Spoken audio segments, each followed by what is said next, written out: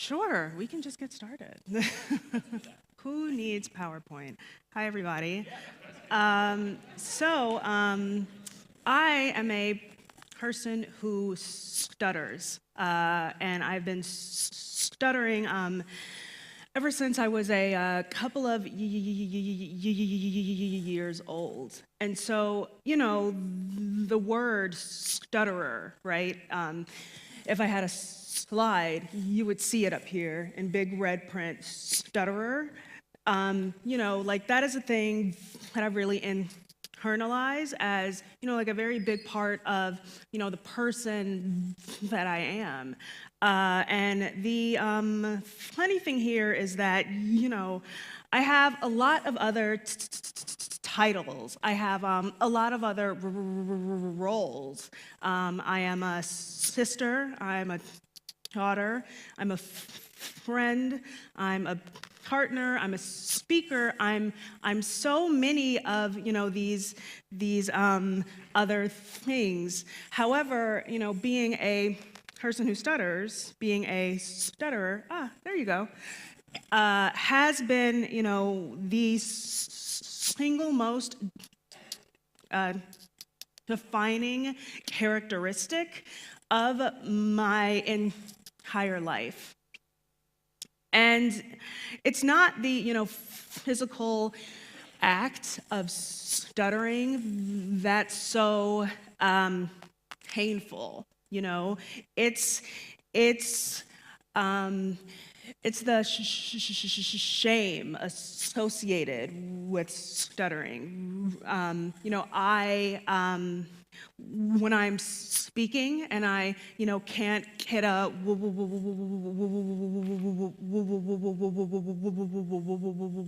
word out, I feel incredibly ashamed. I feel embarrassed, right? I feel powerless, right? I'm in these situations where I feel, thank you, where, I feel that I can't, be exactly who I am, who I was meant to be, because, I can't present myself in, the capacity that I feel, shows the person that I am. And, finally, I feel incredibly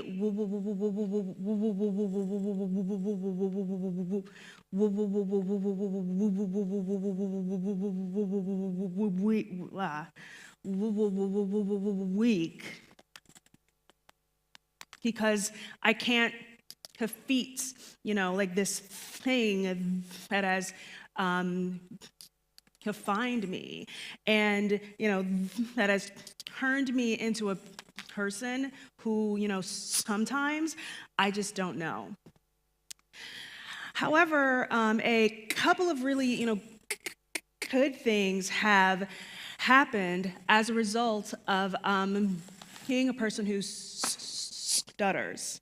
The first is that it forced me to really be a very strong communicator from a speaking standpoint, but more so from a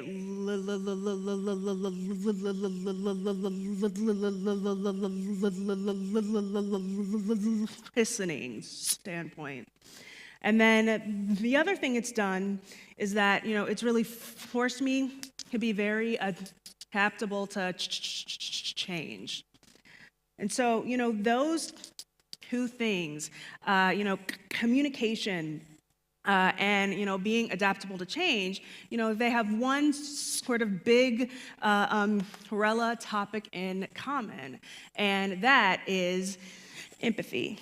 And that so happens to be the reason why I am, here today.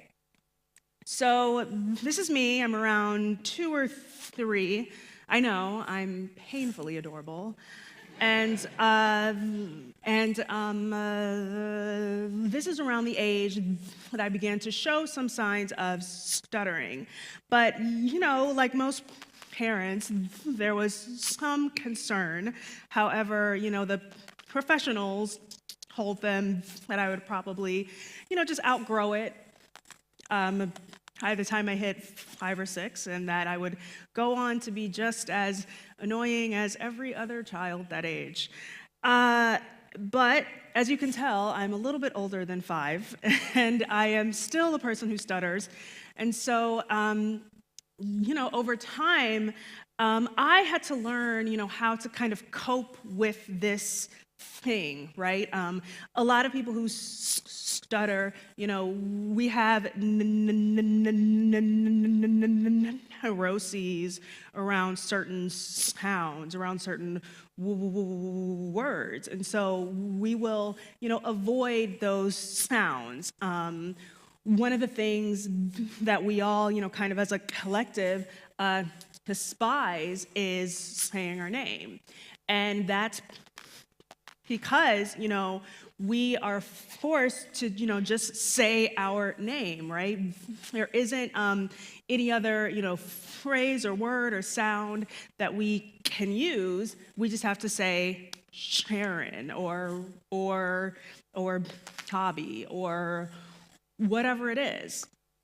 And so, because, I was so sensitive about stuttering and so terrified of it, I began to, think about, okay, how can I avoid stuttering? And so I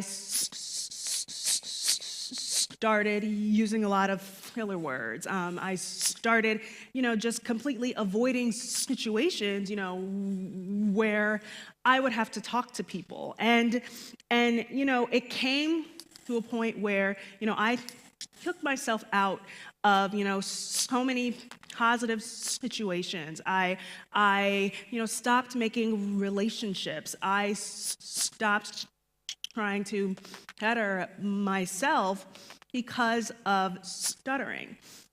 And so, I came to a point where I knew that, I had to face this fear. And so I decided to pursue public speaking, which I know sounds completely insane, because if you can't swim and you're afraid of swimming, then you jump in the deep end with the sharks. But that's essentially how my mind works. And so, I began speaking about 5 years ago now. I'm just gonna skip over these. Next. Whoops, come on. Sorry. I began speaking about 5 years ago, and the first talk I gave was, on stuttering.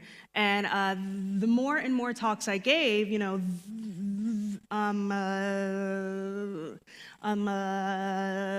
more that people began to, talk to me about empathy. And so, I decided to really explore this topic of empathy and, see where it would take me. And so, now, all these years later, I call myself an empathy consultant, and I speak to companies and conferences and teams on communicating with empathy. I have a course that's available on LinkedIn of this same name, Communicating with Empathy.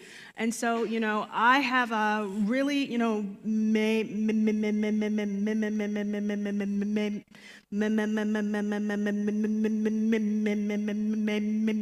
it my goal to, empower people through, principles of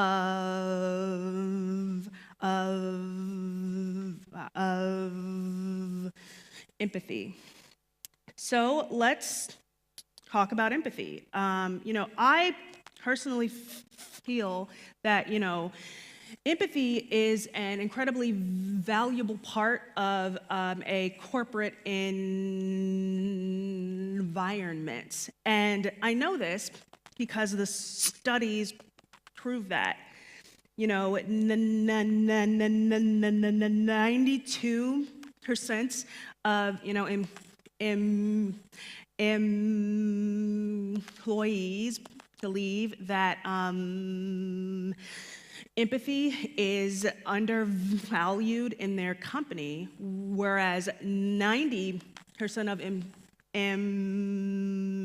employees, would be more likely to stay with a company that empathized with their needs.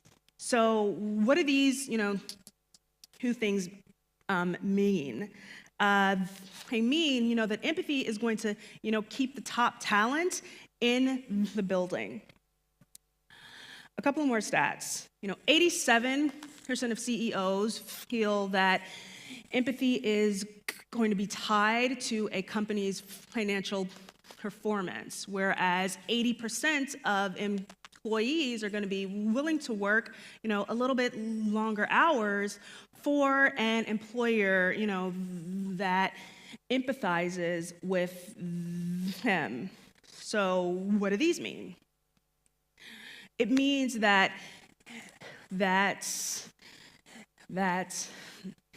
empathy is going to make managers and leaders a lot more effective. Now, a lot of the times, people kind of consider empathy a thing that, should only be done in, personal relationships. However, those stats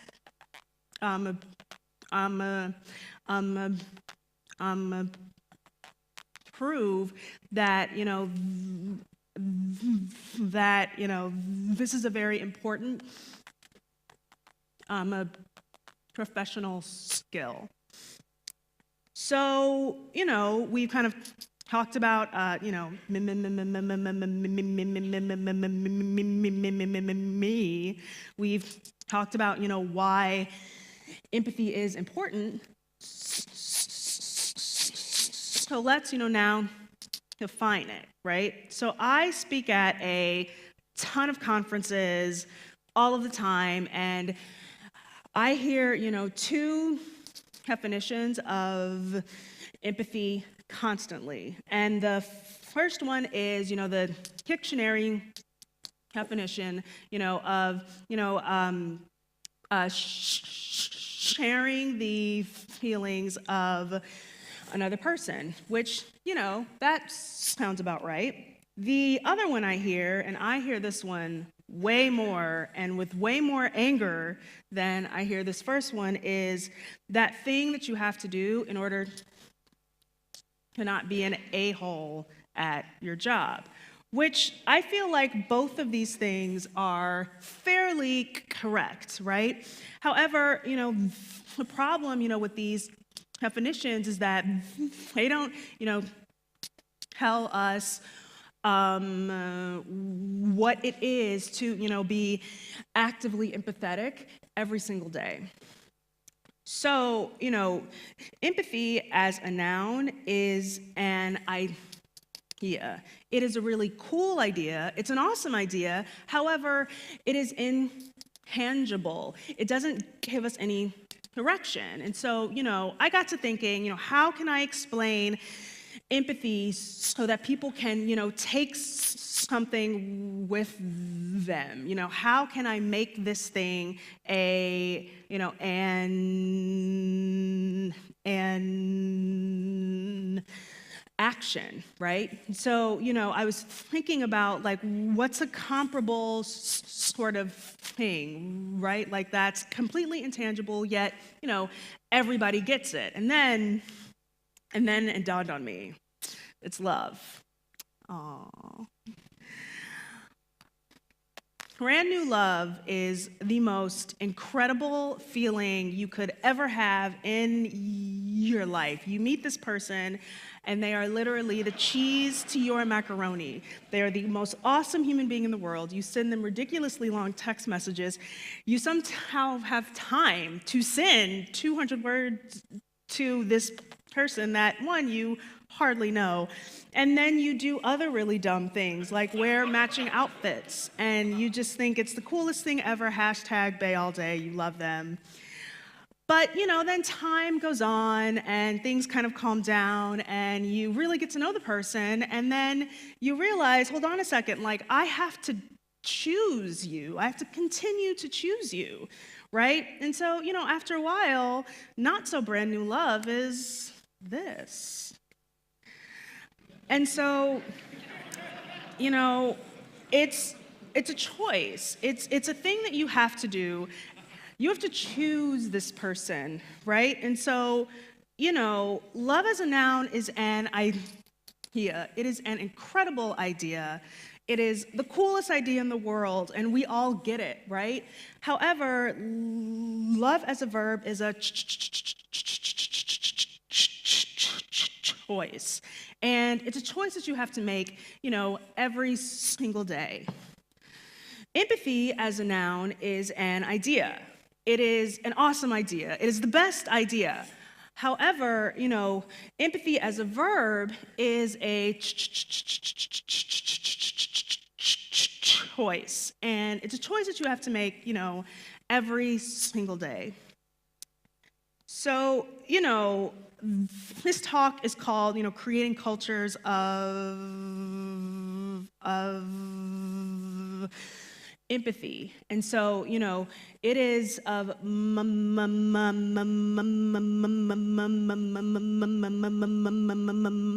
opinion that, empathy is going to shape your culture above any other core value. So let's talk about culture, just for a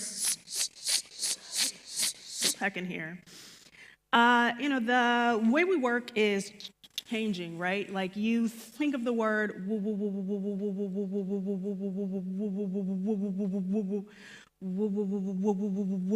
work, and you think of, this, you think of cubicles, you think of an office. However, this isn't how we are doing work anymore. Like work is fluid. We are, on remote teams, within international companies. And so, for that reason, culture is even more valuable, right? So let's define culture briefly. So it's the shared values, attitudes, standards, and beliefs that characterize members of an organization and define its nature. So, I see two separate parts here. And the first is, the shared values, attitudes, standards, and beliefs. Now, I see these four things here, and they're all kind of circling around this, same idea of the experience that people have when they are interacting with, you or your company. Now, the other part of the definition of culture is, this last part right here, and that's defining its nature. So culture defines you, and it defines your company. However, it doesn't define you in the way that you think, right?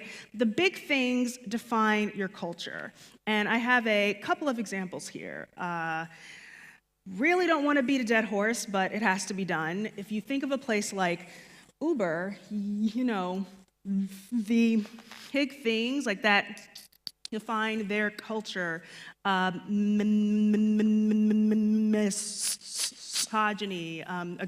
expressiveness, right?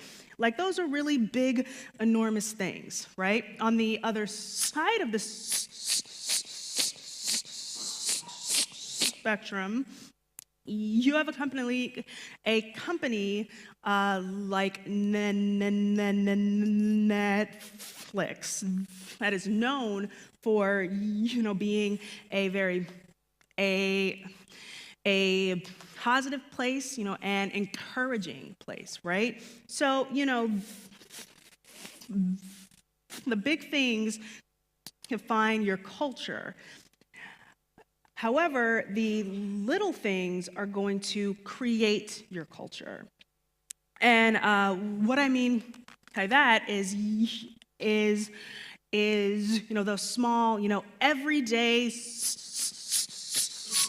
sort of actions that are going to, create a positive culture and boost performance. So what do I mean by that? Here, I kind of want to talk about very quickly and empathy mindset, right? So when I am talking about little things, everyday things, I'm talking about empathy actions, right? And so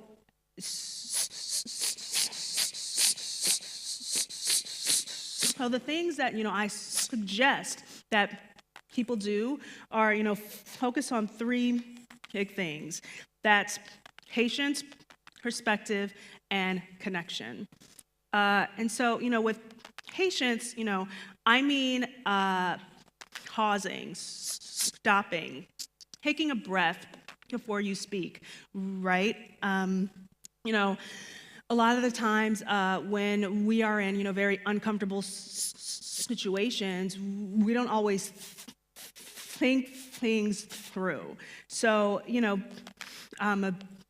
patience is going to kind of put you in a better place to approach conversations, interactions from a place of empathy. Now, by perspective, I mean, focusing on where the other person is coming from, right? And so by that, it's rephrasing what they said. Why? For clarification. And, to really internalize their thoughts and their feelings. Finally, connection. And so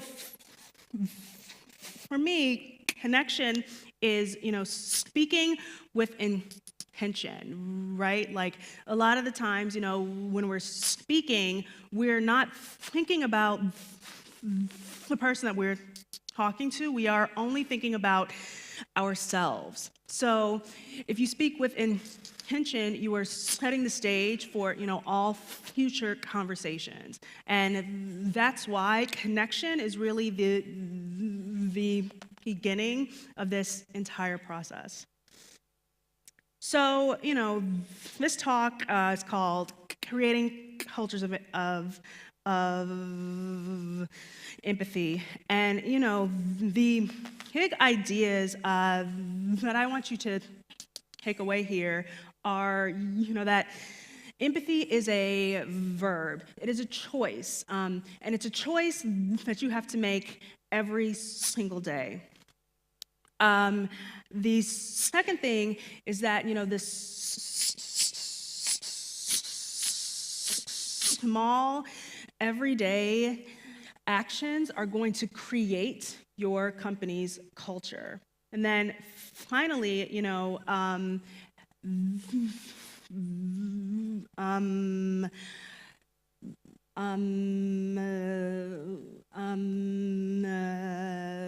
that an empathy mindset is going to create a more collaborative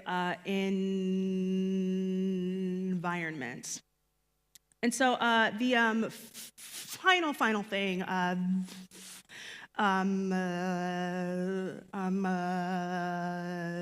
that I want to leave you with is this. You are going to fail, right? I fail at empathy almost every single day. However, the real value in attempting to, be a really good empath is in just attempting and just continuing to try. Thank you.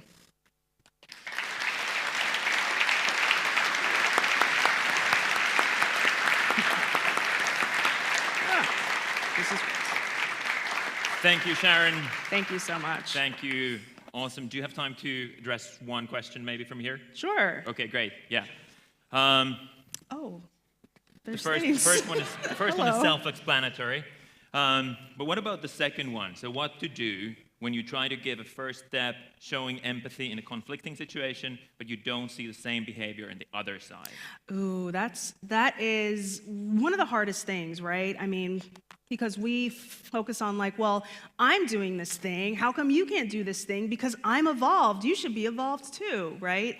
However, a thing that I do is that, I have to remind myself that like, that's because, I can do a certain thing, right? Like that I have a, capacity for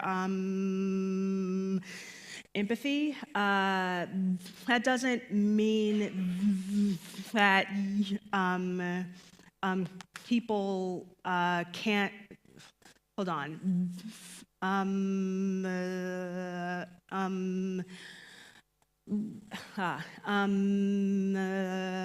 That doesn't mean that the person, who I'm dealing with is, going to have that same capacity, right? And so, I focus on patience. Everybody can get there at their own time and, in their own space. So, I have to take a step back and, one, be patient, and then two, try to, remind myself that, like, I don't know everything that's going on, in this person's situation. Perspective, I think, is one of the most important things that we can have when we are dealing with people, who, aren't going to give us the same kindness back in return. Perfect. Thank you so much. And as a token of our appreciation, a stretch mug with your lovely illustration over here. Thank you so much for coming. Thanks so much. Thanks for having me.